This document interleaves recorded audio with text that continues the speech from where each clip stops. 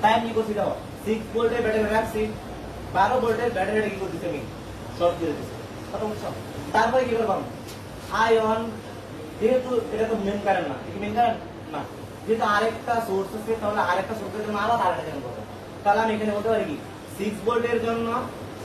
যে কারেন্টটা ion single current এই কারেন্ট নেগেটিভ তাহলে এই ব্যাটারি কারেন্ট এদিকে বাড়াতে হবে তো এই কারেন্ট এদিকে দিতেছে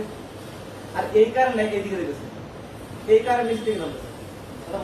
তাহলে আমি এই কারেন্ট বলতেছি আয়ন সিঙ্গেল কারেন্ট এই কারেন্টে বলতেছি আয়ন I2 সিঙ্গেল কারেন্ট এই কারেন্টে বলতেছি I3 সিঙ্গেল কারেন্ট কথা হচ্ছে তাহলে আমার প্রথম সোর্স নিয়ে কাজ শেষ তারপরে দ্বিতীয় সোর্স তাহলে দ্বিতীয় সোর্স নিয়ে কাজ কোন কারণে দ্বিতীয় সোর্সের ক্ষেত্রে প্রথম সোর্স যে ছিল তার কি করতে পারবো দাও তার শর্ট করে দিছি তাহলে এই দ্বিতীয় সোর্স 12 তাহলে আছে এই 12 কি কারেন্ট এদিকে বাড়াবো না আমরা জানি কারেন্ট পজিটিভ থেকে বের হয় এটা পজিটিভ থেকে এদিকে বের তাহলে এই কারেন্ট এদিকে দিতেছে তাহলে এই কারেন্টটারে আমি বলতেছি I2 ডাবল প্রাইম আর এই কারণে বলতেছি I1 ডাবল প্রাইম আর এই কারণে বলতেছি I3 ডাবল প্রাইম দেখো তাহলে আমরা দেখো মোট কারেন্ট কত অর্থাৎ এই সার্কিটের মোট কারেন্ট আমি বের করব তাহলে মোট কারেন্ট আছে I1 আমি জানি না এদিকে যাব না এদিকে যাব জানি না তা আমি এটা বলতে পারি না I1 যেহেতু এদিকে যাচ্ছে যেহেতু I1 এদিকে যাচ্ছে নাকি আর আর এর ক্ষেত্রে আছে I1 এদিকে যাচ্ছে না এই সার্কিটের ক্ষেত্রে দাও এই সার্কিটের ক্ষেত্রে I1 এদিকে যাচ্ছে আর এই সার্কিটের ক্ষেত্রে I1 এদিকে যাচ্ছে তাহলে একটা বিপরীত কি না তাহলে একটা কি করব অপোজ করব এলে আমি কি করব একটা বিপরীত কি থাকলে টোটাল কারেন্ট I সমান I1 single prime minus I1 double prime অনেকে এটা বলতে পারে এটা দিতাম না এটাও করতে পারে I1 double prime minus I1 single prime তো সেম ঘটনা এটার ক্ষেত্রে দেখি দেখো I2 কারেন্টটাও এদিকে যাচ্ছে আর এই সার্কিটের ক্ষেত্রে I2 এদিকে যাচ্ছে নাকি তাহলে একটা থেকে আরেকটা বিপরীত না তাহলে এই ক্ষেত্রে এটা এদিকে বিপরীতে আইছি তা উল্টা হইতে পারে I2 double prime minus I2 single prime এই সার্কিটের ক্ষেত্রে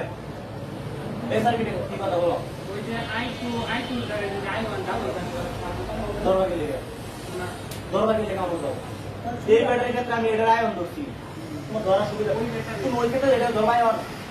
যখন সার্কিট লিখবা ধরতে পারো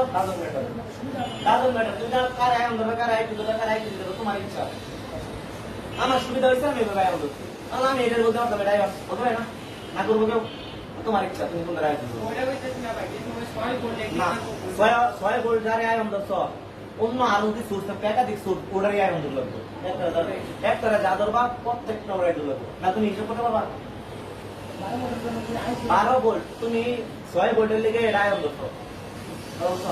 আর এটার ক্ষেত্রে তুমি কইতেছো এটা আয়ন ধরবা তাহলে কেমনে তুমি হিসাব করবা একই ব্যাটারির মধ্যে একই রকম কারেন্ট কেমনে হবো যে এই ব্যাটারির জন্য কারেন্ট এদিকে যাবো এটা এইটার লেগে আলাদা আর এইটার লেগে আলাদা তুমি চিন্তা করতে পারবে না এইটা যারা আয়ন ধরবে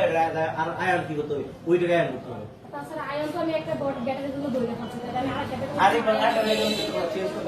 কারণ আমি জাস্ট এখানে মেনশন করে দিচ্ছি আমি এখানে মেনশন করে দিচ্ছি কারণ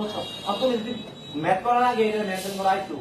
তো সবগুলা এটা I2 যতগুলা সোর্স আছে সবগুলা সোর্সের ক্ষেত্রে এটা I2 ক্লিয়ার দেখো তাহলে আমার I2 শেষ এখন I3 এই ব্যাটারি কারেন্ট এদিকে বাড়াচ্ছে না এদিকে যাবো এদিকে নামবো এই ব্যাটারি যখন কারেন্ট এদিকে বাড়াচ্ছে না এদিকে যাবো একই দিকে কি হবে প্লাস হবো I3 single prime I3 double prime তাহলে এইটা লিখতে পারি কি I3 double prime I3 single prime বুঝতে পারছো এটার মাধ্যমে আমি কি করতে পারবো জাস্ট ম্যাথগুলো সমাধান ক্লিয়ার আচ্ছা এলো তোমার সুপারপজিশনের নিয়ম যাবতীয় ম্যাথ যা আছে পৃথিবীর মধ্যে যা ম্যাথ আছে সব এই নিয়ম ফলো করবো